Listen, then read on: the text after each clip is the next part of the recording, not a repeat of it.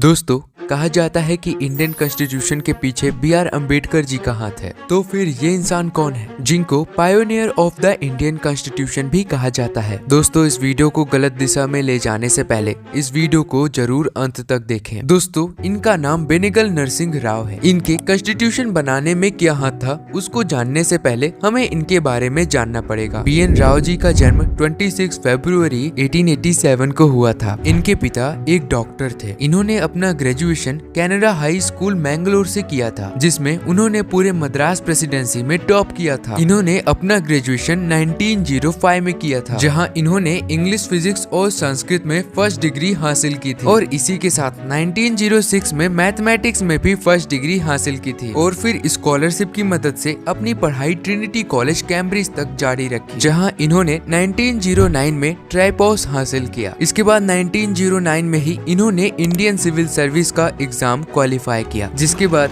इनकी पोस्टिंग होती है बंगाल में। एग्जीक्यूटिव डिपार्टमेंट में काम करने के बाद इन्होंने ज्यूरिडिक्शन को चुना और फिर 1925 में राव साहब ने आसाम गवर्नमेंट के लिए 2 पोजीशन में सर्व किया था। पहली position secretary to provincial council और दूसरी लीगल एडवाइजर की तरह थी। इन्होंने इन पोजीशन को 8 साल तक संभाला। उसके बाद वो फिर से लंदन चले गए थे। उन्होंने सर जॉन केर के साथ प्रोविंशियल लेजिस्लेचर को कैसे बेहतर तरीके से चलाना चाहिए उसके ऊपर भी एक नोट्स प्रिपेयर किया था। और फिर 1935 में लंदन से वापस आने के बाद उन्होंने जज की तरह भी काम किया था। जम्मू और कश्मीर के प्राइम मिनिस्टर भी रहे थे और इस बीच उनको नाइटहुड की उपाधि भी दी गई थी। और 1946 में कॉन्स्टिट्यूएंट असेंबली बनाई जाती है, जिसकी पहली मीटिंग 9 दिसंबर 1946 को पार्लियामेंट के सेंट्रल हॉल में होती है। उस दिन वहाँ के चेयरमैन सच्चिदानंद सिन्हा थे। उसके बाद दूसरी मीटिंग 11 दिसंबर 1946 को होती है, जहां नए चेयरमैन राजेंद्र प्रसाद जी बनाए जाते हैं और constitutional adviser BN. Rao ji बनाए जाते हैं और vice president SC. Mukherjee ji बनाए जाते हैं। और फिर तीसरी मीटिंग 13 दिसंबर 1946 को होती है। इस दिन जवाहरलाल नेहरू जी ने अपना ऑब्जेक्टिव रेजोल्यूशन इंट्रोड्यूस किया था। दोस्तों, ऑब्जेक्टिव रेजोल्यूशन एक कॉन्सेप्ट और गाइडिंग प्रिंसिपल था हमारे इंडियन कॉन्स्टिट्यूशन के लिए और इंडियन कॉन्स्टिट्यूशन बनाने वाले लीडर्स के लिए। दोस्तों, ऑब्जेक्टिव रेजोल्यूशन 22 जनवरी 1947 को फुल मेजोरिटी के साथ पास हो जाता है। दोस्तों, इस रेजोल्यूशन को पास होने के लिए लगभग 1 महीने लग जाते हैं और ये इसलिए होता है क्योंकि मुस्लिम लीग इसके सख्त खिलाफ थी, क्योंकि उनको चाहिए था एक नया कंट्री। लेकिन फिर भी इसके पास होने के बाद बी.एन. राव जी को इसका ड्राफ्ट बनाने की जिम्मेदारी दी जाती है।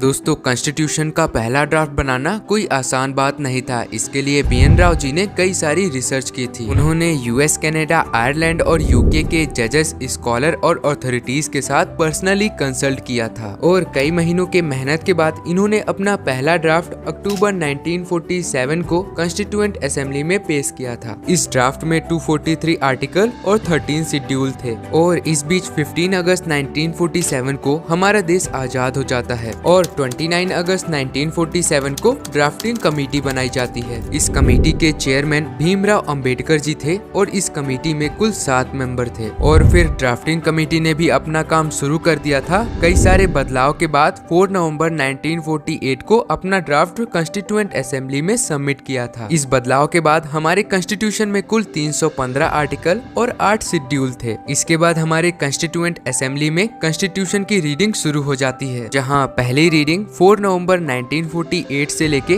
9 नवंबर 1948 तक चली थी। दूसरी व सबसे लंबी रीडिंग 15 नवंबर 1948 से लेके 17 अक्टूबर 1949 तक चली थी और तीसरी रीडिंग 14 नवंबर 1949 से 26 नवंबर 1949 तक चली थी। इस रीडिंग के दौरान पूरे 11 सेशन हुए थे और 114 दिन की बैठक। और दोस्तों, इस नए कॉन्स्टिट्यूशन में 22 पार्ट, 395 आर्टिकल और 8 शेड्यूल थे। और इस नए कॉन्स्टिट्यूशन में 284 मेंबर्स की साइन थी, जिसमें 9 विमेन मेंबर थी, जैसे कि मुस्लिम विमेन बेगम एजाज रसूल और दलित विमेन दक्षियानी बेलायुधन। 26 नवंबर 1949 को ही इस नए कॉन्स्टिट्यूशन के 16 आर्टिकल को लागू कर दिया गया था, लेकिन पूर्णतः इसको 26 जनवरी 1950 को लागू किया गया था। दोस्तों, इस कॉन्स्टिट्यूएंट असेंबली का 12वां सेशन भी हुआ था 24 जनवरी 1950 को और इस सेशन के दौरान नेशनल एंथम जन गण मन, नेशनल सॉन्ग वंदे मातरम और पहले प्रेसिडेंट डॉक्टर राजेंद्र प्रसाद जी को बनाया गया था।